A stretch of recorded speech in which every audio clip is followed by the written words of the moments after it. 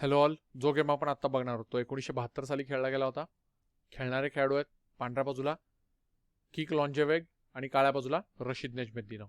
तर या गेममधली व्हेरिएशन्स तुम्हाला डेफिनेटली आवडतील. या गेममध्ये काय झालं होतं ते आपण बघू.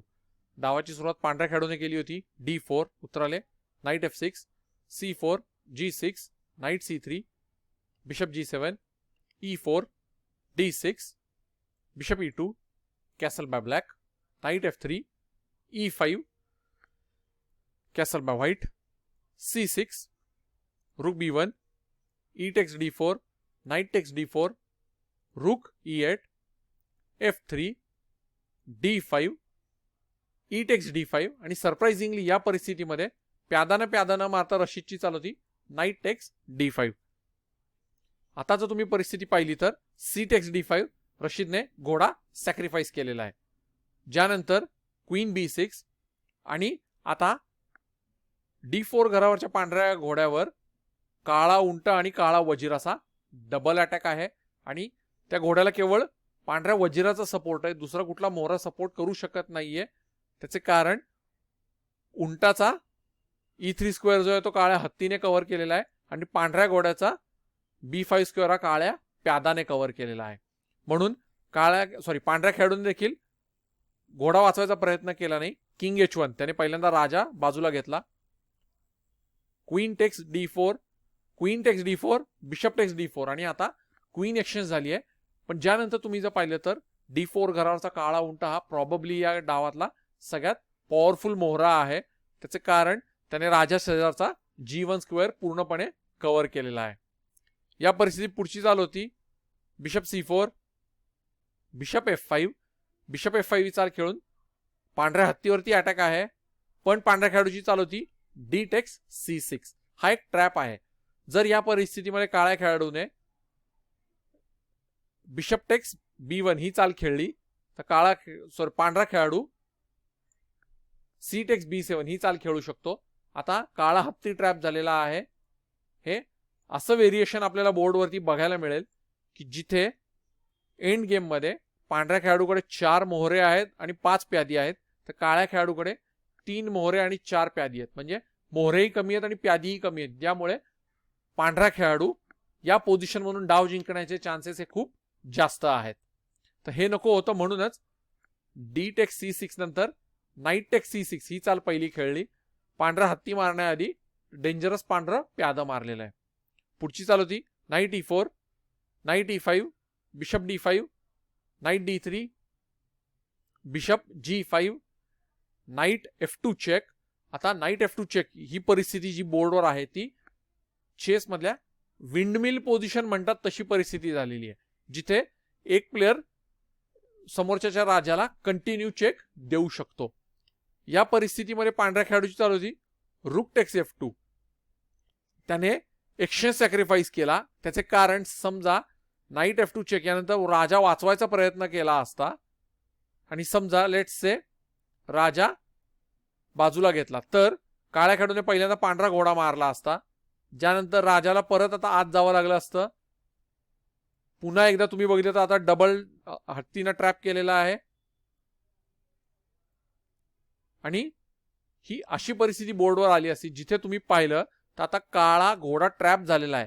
पण तो मारला जरी गेला तरी एंड गेम मध्ये अशी परिस्थिती होईल की काळ्या खेळाडूकडे 3 मोहऱ्यापैकी 2 हत्ती आहेत, ज्यामुळे त्याचा एंड गेम जिंकण्याचे चान्सेस हे खूप जास्त आहेत. किंवा अजूनही तुम्ही वेगळं व्हेरिएशन ट्राय करून बघू शकता.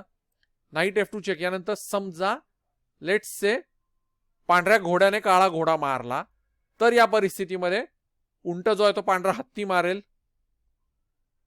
आणि हे असं व्हेरिएशन मगासारखं आपल्याला बघायला मिळेल. एंड गेम मध्ये 2 हत्ती आहेत, त्यामुळे काळा खेळाडू फेवरेट आहे.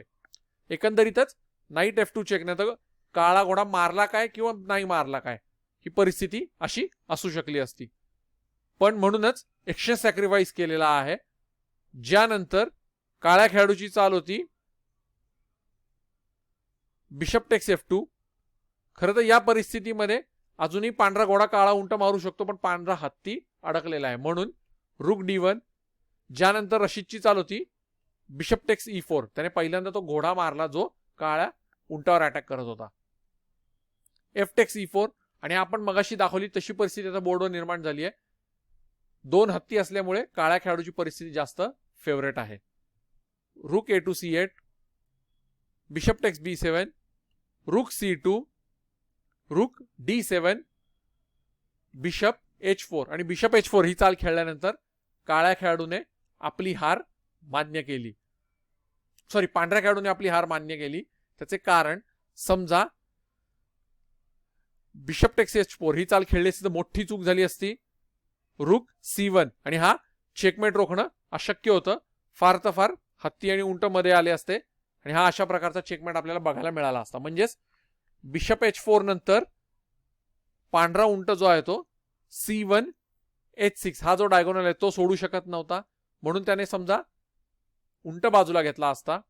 तर यानंतर रशीदकडे एक अतिशय चांगली चाल होती, रुक D8 आणि या परिस्थितीमध्ये जर हत्तीने हत्ती मारला असता तर उंटाने हत्ती मारला असता आणि एंड गेम मध्ये तुमच्या लक्षात येईल आता एक हत्ती असल्यामुळे काळ्या खेळाडूची परिस्थिती जास्त फेवरेट आहे. त्याचप्रमाणे ए आणि बी कॉलमवरची दोन्ही प्यादी एकत्र असल्यामुळे त्यातलं एक प्याद तरी निश्चित मारलं जाऊ शकतं किंवा प्याद लगेच जरी नाही मारलं गेलं तरीही हत्ती जो आहे तो 2 बिशप्सपेक्षा एंड गेम मध्ये जास्त पॉवरफुल ठरतो. चालींचा सिक्वेन्स बदलून ही परिस्थिती काळ्या खेळाडूच्या फेवरमध्ये असली असती. किंवा अजूनही व्हेरिएशन तुम्ही ट्राय करून बघू शकता. बिशप H4 नंतर लेट्स से बिशप F4 ही चाल खेळली, रशीदने हत्ती एक्सचेंज करायला दिला. आता या परिस्थितीमध्ये पांढऱ्या खेळाडूने समजा एक्सचेंज केला नाही आणि समजा काही दुसरी चाल खेळली, जसे की लेट्स से हत्ती बाजूला घेतात, ही चूकच होईल. तुमच्या लक्षात येईल हत्ती मारला जाईल, त्यामुळे हे तर पॉसिबल नाहीये. किंवा बिशप H4 यानंतर बिशप F4, रशीद कदाचित B1 प्याद मारेल, ज्यानंतर सडनली पुन्हा एकदा B2 प्याद मारेल, ज्यानंतर पुन्हा एकदा B1 स्क्वेअर वरती चेकमेटचं लक्षण आहे. म्हणून राजासाठी सेफ स्क्वेअर ओपन केला. या परिस्थितीमध्ये आता पुन्हा एकदा रशीद जो आहे तो आपला हत्ती काळ्या घरावर ठेवू शकतो. हत्ती मारला तर मी दाखवलं तसं एंड गेम मध्ये एक हत्ती असल्यामुळे काळा खेळाडू जास्त फेवरेट आहे. पण समजा हत्ती मारला नाही आणि हत्ती बाजूला घेतला तर या अशा परिस्थितीमध्ये काळा खेळाडू जो आहे तो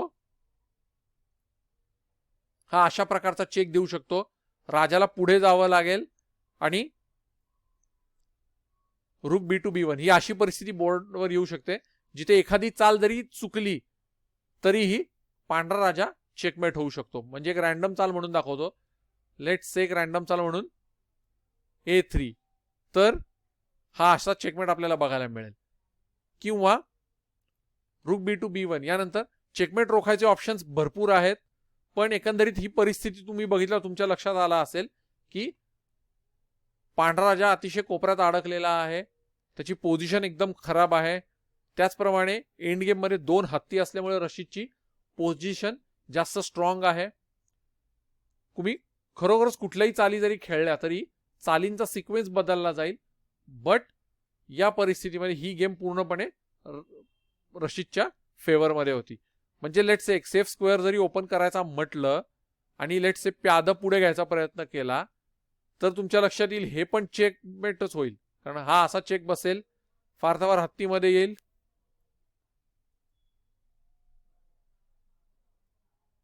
आणि हा अशा प्रकारचा चेकमेट आपल्याला बोर्डवरती बघायला मिळेल. म्हणजे एकंदरीतच बिशप H4 यानंतर असंख्य व्हेरिएशन होऊ शकतात, पण प्रत्येक व्हेरिएशन हे काळ्या खेळाडूच्या फेवर मधले होतं.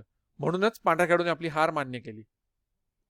आय होप तुम्हाला हा गेम आवडला असेल. आवडला असेल तर जरूर शेअर करा. चॅनलला देखील सबस्क्राईब करा. मी अजूनही चांगले गेम्स घेऊन परत येईन. धन्यवाद.